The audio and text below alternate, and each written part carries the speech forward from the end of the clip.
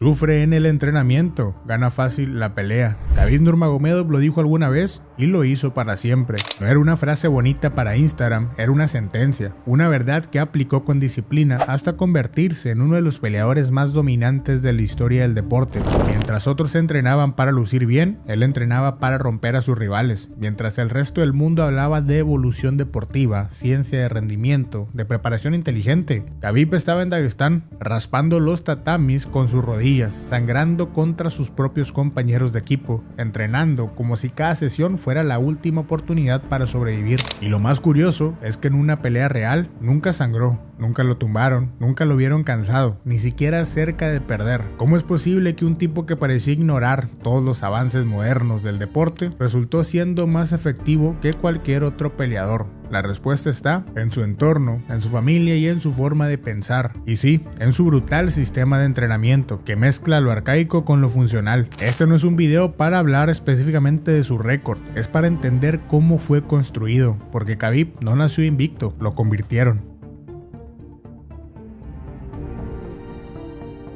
Para entender a Khabib, primero hay que entender de dónde viene. Dagestán, ubicado al sur de Rusia, justo donde las montañas del Cáucaso se levantan como muros naturales. Es una región con más de 30 grupos étnicos, un terreno montañoso, clima extremo y una historia marcada por guerras, invasiones, pobreza y resistencia. Ahí, la dureza no es una elección, es un requisito. Muchos crecen sin lujos, sin comodidades, sin distracciones, pero sí con algo muy particular, una tradición de lucha que atraviesa generaciones. En Dagestán, la lucha no es solo un deporte, es cultura, identidad, una forma de vida. Los niños aprenden antes a hacer un derribo que a escribir su propio nombre. Mientras en otras partes del mundo los gimnasios son centros de rendimiento avanzados, allá son trincheras. Se entrena en alfombras viejas, en sótanos sin aire acondicionado, a veces en la nieve. No hay excusas. Si eres débil, no sobrevives. Si te rindes, nadie te levanta. Ese es el entorno donde creció Khabib. Y no solo él, Islam Makhachev, Umar Nurmagomedov, Zabit Magomedsharipov, todos salieron del mismo molde, un molde formado por necesidad,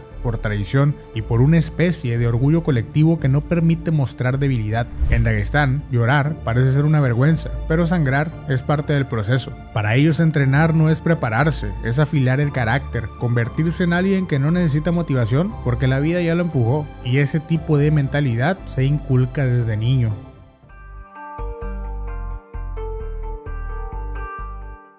Khabib no fue entrenado por cualquier coach, fue entrenado por su propio padre, Abdulmanap Nurmagomedov, un ex militar soviético, maestro en judo, sambo y lucha libre, que estudió educación física en Ucrania y volvió a Dagestán con una sola misión: formar hombres duros, y empezó por su propio hijo. Desde los 4 años, Khabib entrenaba con reglas muy claras: no se queja, no se rinde, no se habla cuando se está cansado. Su padre no le pedía esfuerzo, lo exigía. Los entrenamientos no eran infantiles, nada de juegos ni progresiones lúdicas, eran combates reales, sesiones de fuerza, ejercicios de resistencia al límite, muchas veces frente a otros niños más grandes o contra adultos, o a veces contra un oso. Sí, ese video no es un mito. Entrenaba de vez en cuando con un oso cuando tenía 9 años. ¿Era entrenamiento? ¿Era una locura? Quizá ambas cosas, pero para Abdulmanap terminó siendo lo normal, porque su filosofía no se trataba de formar campeones, se trataba de forjar carácter. El cinturón negro no era el objetivo, era una consecuencia. Khabib dormía en el gimnasio, literalmente. En su juventud, durante años vivió en el segundo piso del gimnasio que su padre construyó en su aldea, con recursos limitados y paredes mal acabadas. Cada día comenzaba entrenando y terminaba de la misma manera. Su vida normal era sudar, esforzarse y respetar los métodos. No conocía otra cosa y al parecer no la necesitaba. No por ambición, sino mientras otros soñaban con fama, él soñaba con la perfección, porque su padre se lo había grabado: si vas a hacer algo, hazlo bien, si no, ni siquiera lo intentes. Hay muchos entrenadores que forman atletas, pero pocos construyen sistemas funcionales a lo largo del tiempo. Abdulmanap no era un simple coach de esquina, era un arquitecto, un estratega, un tipo que combinó su experiencia militar, su formación académica y sus raíces dagestaníes para diseñar un método brutalmente efectivo que rompía y reconstruía cuerpos y mentes. Y lo mejor, o lo más aterrador, es que lo hacía sin ninguna intención de modernizarse. Mientras el mundo del deporte hablaba de zonas de frecuencia cardíaca, microciclos de recuperación y readaptación funcional, Abdulmanap diseñaba entrenamientos con la misma lógica que usaba para endurecer soldados: presión constante, castigo repetido y resistencia mental como medida de éxito. ¿Cómo entrenaban? El sistema no estaba escrito en pizarras digitales, pero tenía una estructura. Para el cuerpo, fuerza y resistencia al fallo, elevaciones con compañeros en los hombros, carreras en montaña, sparrings interminables, presión contra la jaula durante minutos sin descanso, nada de contar repeticiones. El objetivo era llegar al punto donde el cuerpo decía basta y seguir. El suelo no era una superficie, era un recurso. Cada pared, cada borde, cada esquina del gimnasio era una herramienta útil para hacer sufrir al rival. En cuanto a técnica, los pilares eran la presión, el control y la neutralización. Abdulmanap enseñaba a dominar, no a ganar por puntos. Para él someter no era una opción, era una obligación si querías ganar. Cada movimiento de lucha estaba diseñado para quebrar el ritmo del oponente, para hacerlo dudar, para cansarlo, para hacer que se rinda sin necesidad de encajar una sumisión. En cuanto a lo mental, la obediencia y disciplina eran el núcleo. No se permitían preguntas durante el entrenamiento. Si alguien no seguía instrucciones, salía. No había debate. El dolor no era motivo de pausa, era parte del menú diario. Y todo esto lo hacía con decenas de peleadores a la vez. No era un padre solo entrenando a su hijo, era un comandante formando una tropa. Islam Makhachev, Umar Nurmagomedov, Tagir Ulanbekov, todos crecieron bajo sus reglas, todos pasaron por el mismo proceso de formación. ¿Tenía sentido todo esto? Desde fuera parecía ser arcaico, casi llegando a lo salvaje, pero la verdad es que Abdulmanap sí tenía fundamentos sólidos. No teorizaba sobre la fatiga, la provocaba. No hablaba de adaptación, pero la exigía. Muchos de sus métodos hoy podrían alinearse con lo que la ciencia del deporte llama entrenamiento de sobrecarga progresiva mental y física. Es decir, forzar el cuerpo y la mente a funcionar bajo niveles constantes de incomodidad para aumentar la tolerancia, reducir la ansiedad ante el estrés y automatizar decisiones bajo fatiga. En resumen, lo que hoy muchos miden con sensores, él lo midió con su experiencia y entrenamientos brutales. Siempre se quedaban sobrados en cuanto a la fatiga necesaria y los resultados fueron incuestionables. Y ojo, esa fatiga extrema en ocasiones siempre venía acompañada de un buen descanso. Esta gente no tenía distracciones, se dedicaba simplemente a entrenar, a descansar y a comer bien, era todo. Pero todo eso funcionaba porque tenían un pilar bastante sólido: la religión y la disciplina. Todo estaba atravesado por el Islam. Antes de entrenar se oraba, después de entrenar se agradecía. El respeto por la fe no era decorativo, era parte del sistema. El control de los impulsos, la humildad, la obediencia no eran solo rasgos deseables, eran normas. Cualquier muestra de ego era corregido, cualquier desvío del propósito eliminado. Abdulmanap no buscaba estrellas, buscaba soldados con propósito. Por eso Khabib nunca se desvió, nunca festejó como un loco, nunca trató de provocar a sus rivales, porque desde los 5 años sabía que su padre estaba formando algo más que un campeón, estaba formando un reflejo de su visión del mundo. Y esa visión era simple: que el trabajo duro no es negociable y que el sufrimiento es parte del camino. Rendirse resulta inaceptable.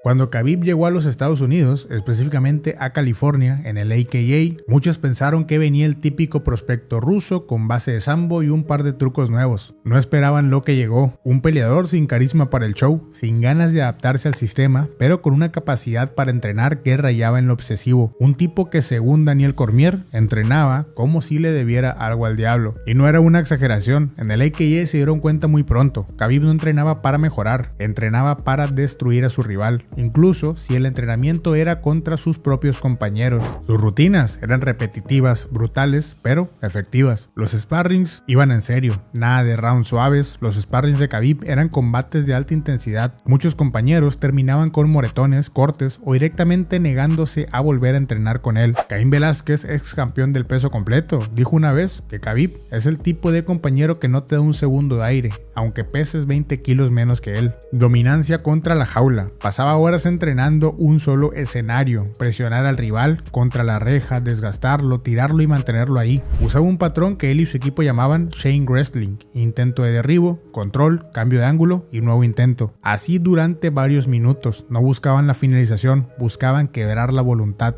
Grappling defensivo bajo presión. En vez de practicar cómo evitar ser derribado, Khabib entrenaba lo contrario. Empezaba desde posiciones malas, montado o con la espalda tomada, y entrenaba cómo salir sin gastar tanta energía. Su lógica era simple: si me veo en problemas, ya sé cómo salir. Pero si nunca he estado en esa incomodidad, entonces el problema será nuevo cuando esté en una pelea. Ejercicios funcionales con cargas, levantar troncos, hacer sprints en colinas empinadas, escalar montañas con peso, todo eso formaba parte de su rutina diaria en Daguestán, y cuando estaba en el AKA lo replicaba como podía. No buscaba estética, ni siquiera rendimiento medible, buscaba la capacidad de sufrir sin romperse. ¿Qué opinaban sus compañeros? Bueno, lo veían como un monstruo.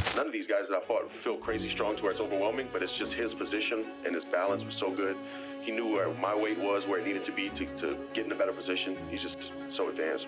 And his feet are like hands, like his foot sweeps and the way he breaks you down, it's good, man. He's good. The problem is that these guys at lightweight, they just don't know what it's like when Khabib gets a hold of them. Most top talents I've seen at lightweight and at welterweight, and I've grappled with them, and Khabib he's more than anything than any lightweight has ever really felt, and most of all welterweights. One is the Dagestan physical strength that they bring in. It's on a different level, man. I wrestled even with some of their guys that come in, even some of their coaches, and they're a little undersized, but it's like the strength that they have is something different. The strength that they have, they wrestle all the time, and that's something that you really can't implement. You really can't duplicate that anywhere else. Everything that we had done and set, he has shattered them completely and taken this thing to a level that nobody was ever able to reach. Entrenar con dolor era la norma para Khabib. Khabib no creía en parar por molestias. Se han documentado múltiples sesiones donde entrenaba con lesiones de costillas, tobillos o dedos rotos. Su tolerancia al dolor era parte del entrenamiento. Si algo dolía, él no lo veía como un obstáculo, lo veía como una señal de que las cosas estaban bien. Y aún así, en pelea, jamás sangró, jamás lo noquearon, jamás fue derribado oficialmente. ¿Cómo puedes explicar esto? No fue por suerte ni por talento puro. Se explica porque entrenó el peor escenario todos los días durante años. Así, cuando llegaba el combate real, el octágono le parecía cómodo, el oponente lento y el escenario muy familiar.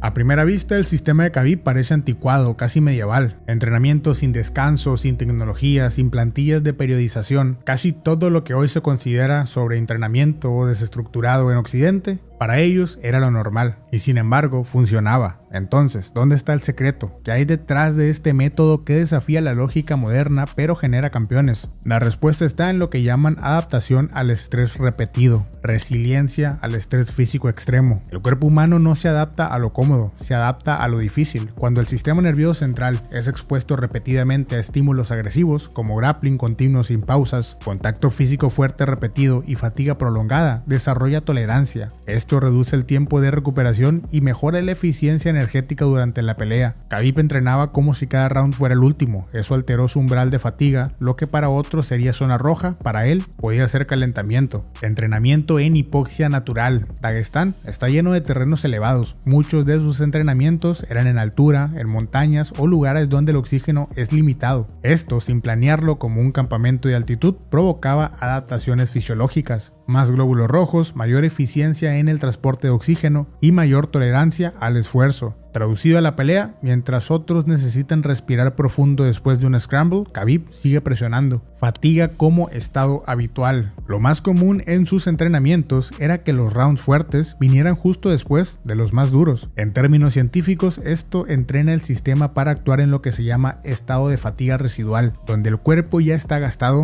pero se le exige presión y decisión. Esto explica por qué incluso en el cuarto o quinto round, Khabib no solo dominaba físicamente, sino que tomaba buenas decisiones estratégicas. Ya estaba acostumbrado a pensar mientras sufría. Control emocional y sistema nervioso parasimpático. Otro factor clave, la calma. Khabib rara vez se agitaba, incluso bajo presión. Los estudios muestran que los atletas con mayor control del sistema parasimpático, el encargado de relajar el cuerpo tras un esfuerzo, se recuperan más rápido entre rounds y mantienen mejor su enfoque. Y esto no se entrena precisamente con respiraciones guiadas o meditación, se entrena bajo el fuego. En entrenamientos donde tu cuerpo grita que pares, pero tú decides seguir. Khabib simplemente estaba acostumbrado a estar incómodo, a no entrar en pánico y a no desesperarse. Tolerancia al dolor, el factor intangible. Hay una diferencia entre soportar el dolor y entrenar con dolor todos los días. Khabib forzó su sistema nervioso a aceptar la incomodidad como norma, y eso es algo que no se enseña, se entrena. La neurociencia explica que el umbral del dolor no solo es físico, es psicológico. Si tu entorno desde niño normaliza el dolor, tu cerebro lo interpreta distinto. Para Khabib, una costilla mayugada no era una alarma, era un martes cualquiera, y como siempre fue un no, su cuerpo aprendió a resistir y su mente a dominar. Por eso cuando llegaba al octágono parecía invulnerable, porque para él la pelea real era un descanso, era un premio por haber sobrevivido a todo lo anterior.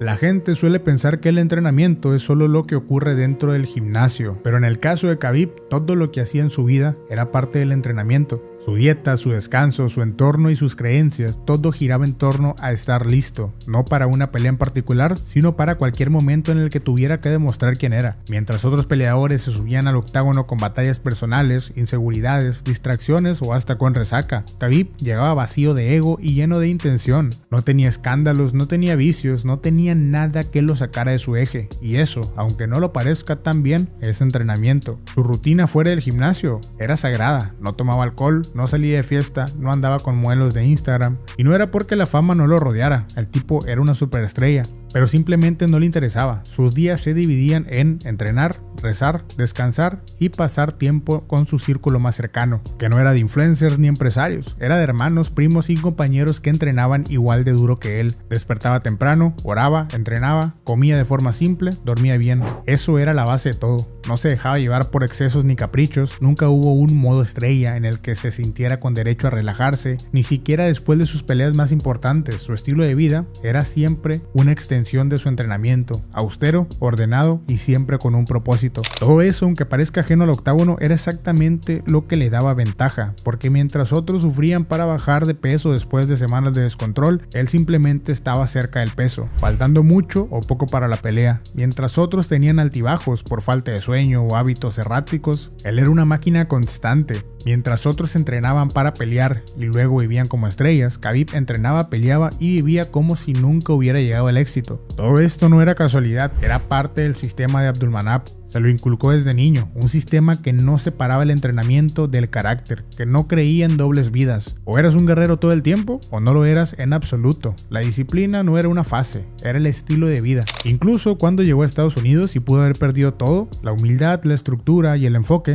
Khabib no cambió. Se quedó con los mismos amigos, comía en casa, dormía sin distracciones, no se americanizó. Y eso fue parte del éxito, nunca perdió la esencia, nunca dejó que la fama lo hiciera más débil. Porque para él la verdadera debilidad no estaba en perder una pelea, estaba en perder el control de su propia vida. Todo ese sufrimiento, ese orden y esa rutina férrea no era solo una historia bonita para inspirar, se notaba, se traducía en resultados concretos, no era mística, era dominio. Había algo casi incómodo en ver peleas de Khabib porque su estilo no era vistoso, no era de highlight, pero era brutalmente eficaz. El tipo hacía ver atletas de élite como si no supieran pelear, no porque fueran malos, sino porque él estaba demasiado por encima. Y ese por encima no venía de talento puro, venía de preparación, de buenos hábitos y de entrenamiento. La primera muestra clara de esto dentro del octágono fue en contra de Rafael dos Anjos en el 2014. Khabib venía invicto, pero aún había ciertas dudas, porque nunca había enfrentado a alguien de ese nivel. Alguien con buen cardio, buen striking, buen juego de grappling, como lo era el brasileño. Se esperaba una guerra pareja, pero fue todo menos eso. Khabib lo aplastó, lo controló los 3 rounds como si fueran rounds de grappling en el gimnasio. Dos Anjos apenas pudo respirar, ni hablar ni golpear. Lo tiró 6 veces en 3 rounds. No le dio una sola opción, ni un respiro, ni un momento. Pero eso solo fue el anticipo. La consagración llegaría años después, en el evento más grande en la historia de la UFC. Khabib contra McGregor, un circo mediático, una guerra psicológica, una presión comercial como pocas veces se han visto, y sin embargo, Khabib entró como si fuera un día más en la oficina, ignoró provocaciones, ignoró los insultos, ignoró la histeria de todo el mundo occidental queriendo verlo caer, y lo hizo ver fácil. Desde el primer round, el combate no fue competitivo. McGregor, un tipo con la precisión quirúrgica de pocos, fue reducido a intentar sobrevivir. Ni siquiera pudo hacer trash talk como acostumbraba, solo pedía que no le hicieran daño. Esa escena, más que cualquier otra, mostró el verdadero poder de Khabib. No solo su capacidad de pegar fuerte, sino de imponer una voluntad inquebrantable. Un tipo que había entrenado para esto todos los días de su vida, que había sangrado 1000 veces en el campamento para no sangrar nunca en una pelea. Después vendrían Dustin Poirier y Justin Gaethje, dos tipos peligrosos, duros, experimentados, con pegada, cardio y corazón. Los dos llegaron con la misma promesa. Esta vez será diferente. Esta vez Khabib enfrentará algo que no ha visto, y los dos, sin excepción, fueron aniquilados. A Poirier lo asfixió, literal, con técnica pero también con presión emocional. Le hizo sentir que no había salida, que no importaba lo que hiciera, no iba a escapar. Dustin lo dijo después: sentí que me estaba ahogando y sin agua. Y eso es exactamente lo que buscaba Khabib, no solo someter físicamente, era quebrantar a su rival. A Gaethje, un tipo que tenía supuestamente el estilo perfecto para frenar el derribo, lo hizo parecer un amateur en esta área, lo tiró como si no supiera luchar, le tomó la espalda, lo controló y lo dominó en el segundo round sin recibir un solo golpe. Todo esto con una costilla rota y en medio del duelo por la muerte de su padre. Algo impactante de esta pelea es que Khabib en entrevistas después dijo el por qué cambió la sumisión. Khabib le atrapó el brazo. Al ver que este no iba a tapear, dijo que decidió cambiar a un estrangulamiento para no lastimarlo fuertemente en frente de sus padres. El simple hecho de tener la capacidad de pensar y darte el lujo de cambiar de sumisión, arriesgándote a que su rival se escape, te habla del nivel de superioridad que él sabía que tenía frente a sus rivales. Ese día el mundo entendió algo que sus compañeros ya sabían, que la pelea real nunca fue contra el rival. La pelea real la libraba Khabib cada mañana, cuando decidía ser fiel a su sistema, cuando entrenaba sin pausa, cuando decía no al descanso, no a la distracción y no al ego. Por eso se retiró invicto, porque mientras otros entrenaban para ganar, él entrenaba para no fallar, y eso en este deporte es una anomalía.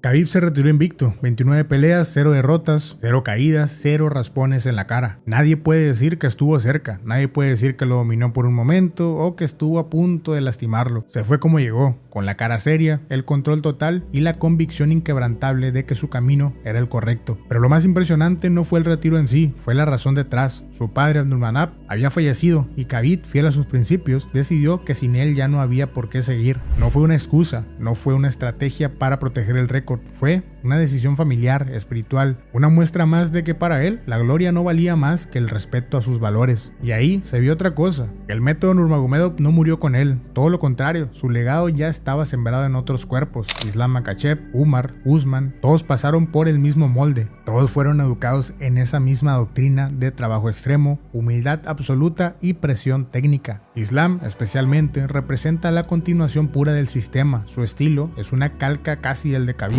con ligeras mejoras, presión constante, grappling asfixiante, 0 errores emocionales, es más paciente, más quirúrgico, pero el espíritu es el mismo, entrena igual, habla igual, vive igual, no lo hace por imitar a Khabib, lo hace porque fue criado bajo las mismas reglas y cuando se volvió campeón, Khabib estaba en su esquina, ya no como protagonista sino como mentor. El equipo Eagles MMA, que antes era solo un grupo en Dagestán, hoy es una estructura que forma peleadores a gran escala, no se vende como un supercamp o como un negocio de egos, son una comunidad cerrada casi militar, donde se entrena más de lo que se habla, donde nadie es estrella y todos se comportan como si no hubieran ganado nada todavía.